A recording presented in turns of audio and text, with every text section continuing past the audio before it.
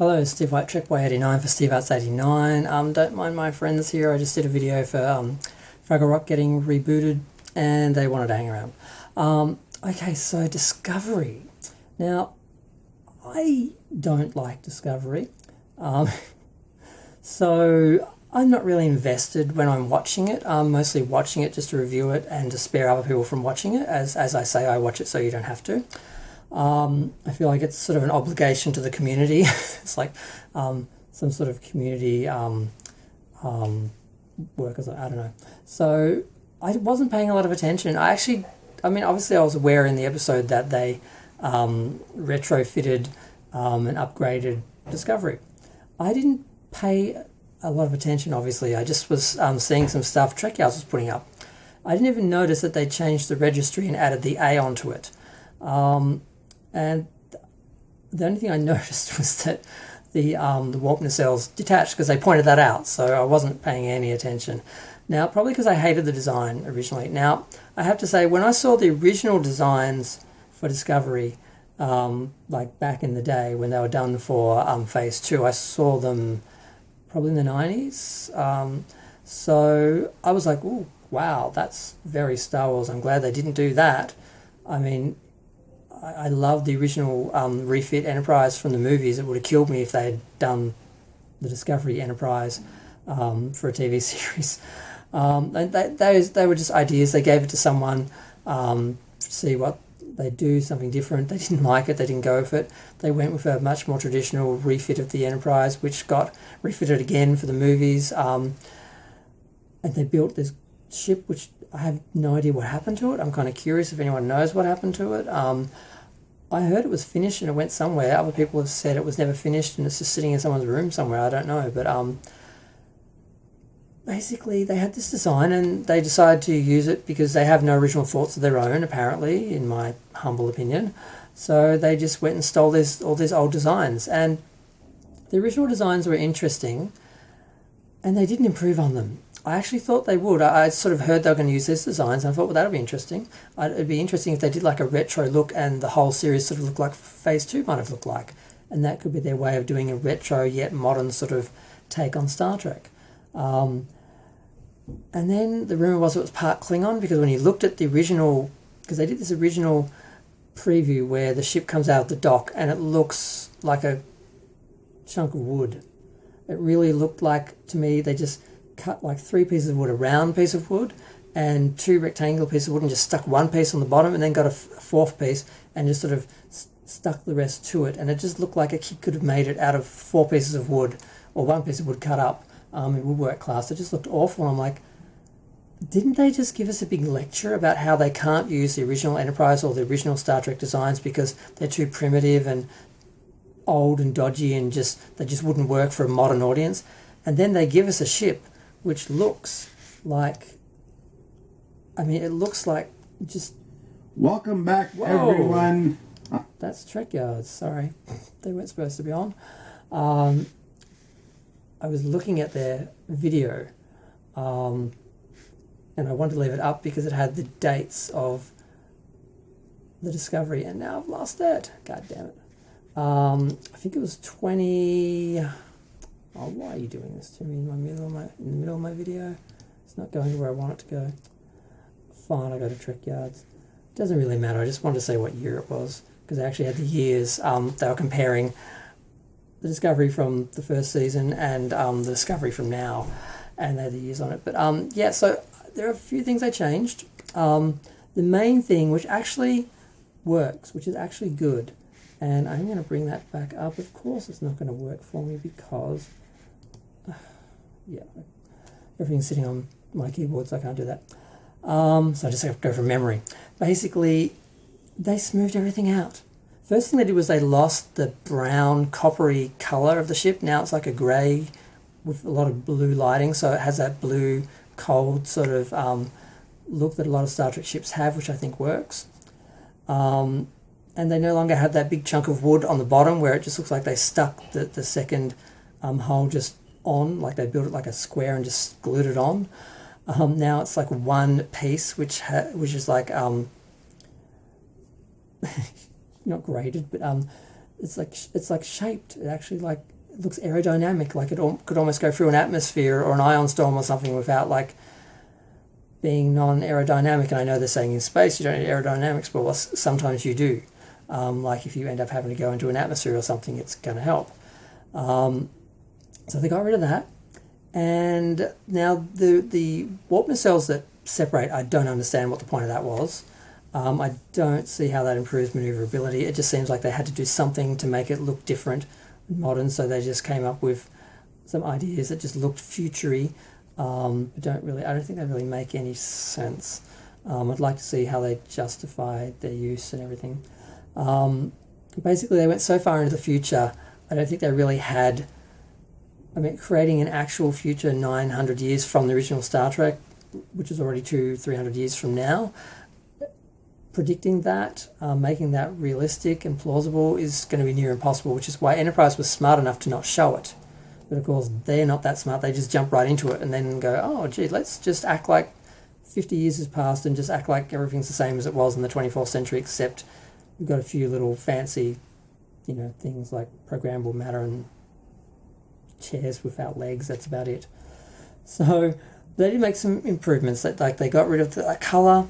They smoothed the hull so it doesn't look like chunks of wood stuck together.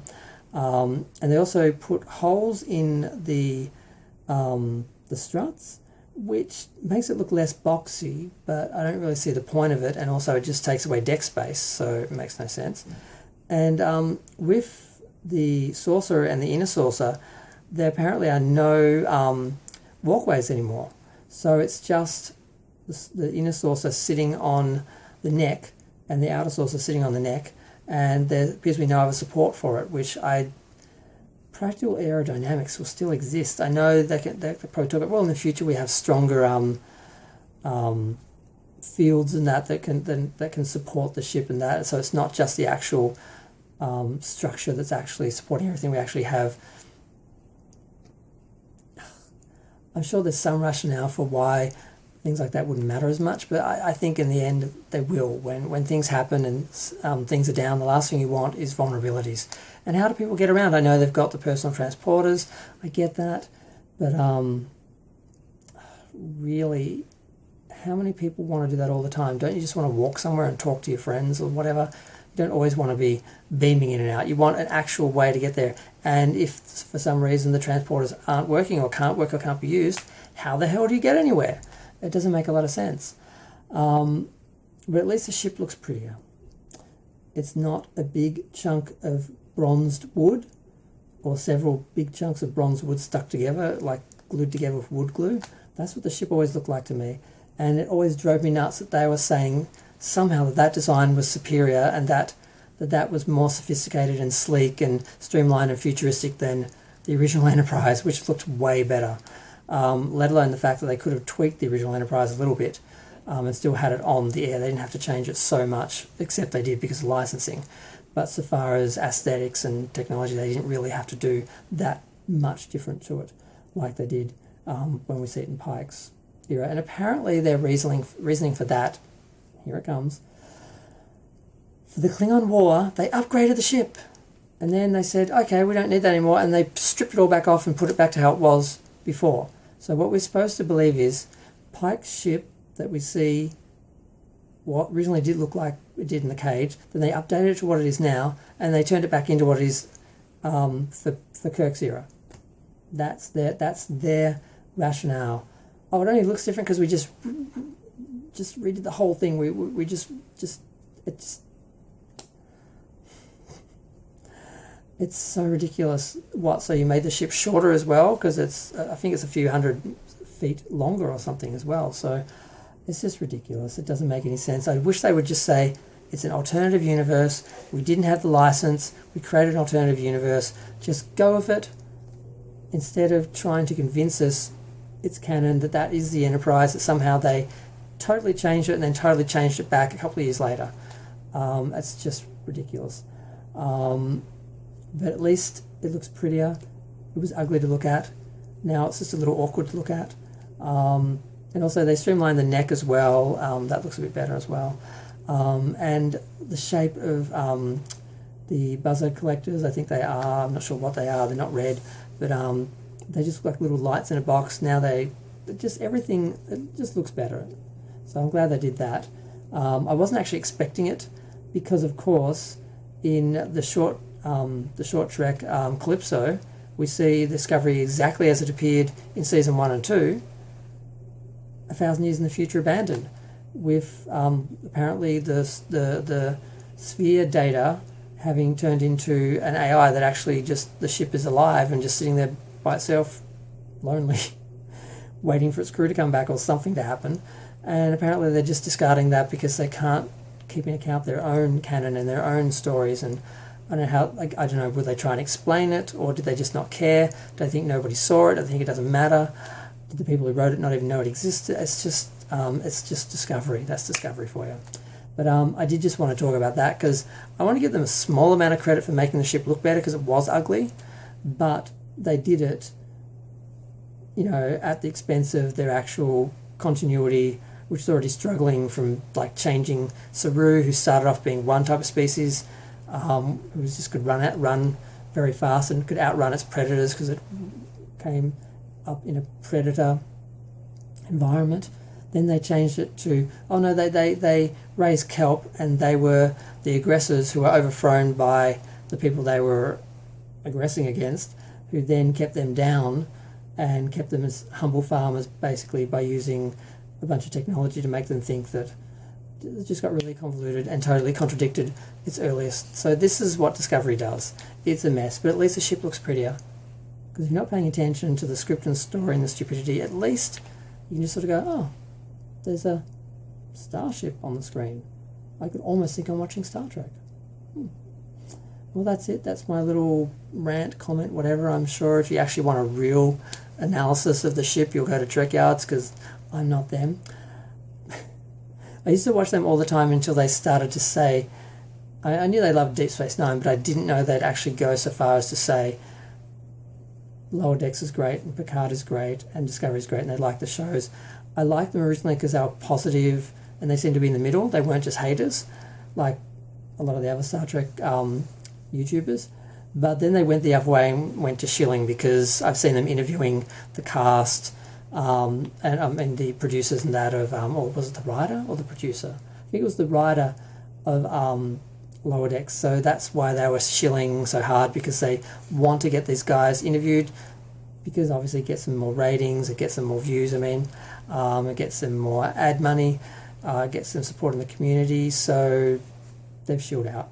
So I don't watch them anymore. Just like Ketwalski and that, they were always shills, so I don't watch them much anymore. And all the other ones who used to be real about Star Trek have turned into revealed themselves to be a bunch of right-wing, Trump-loving trolls. So I've got nowhere to go.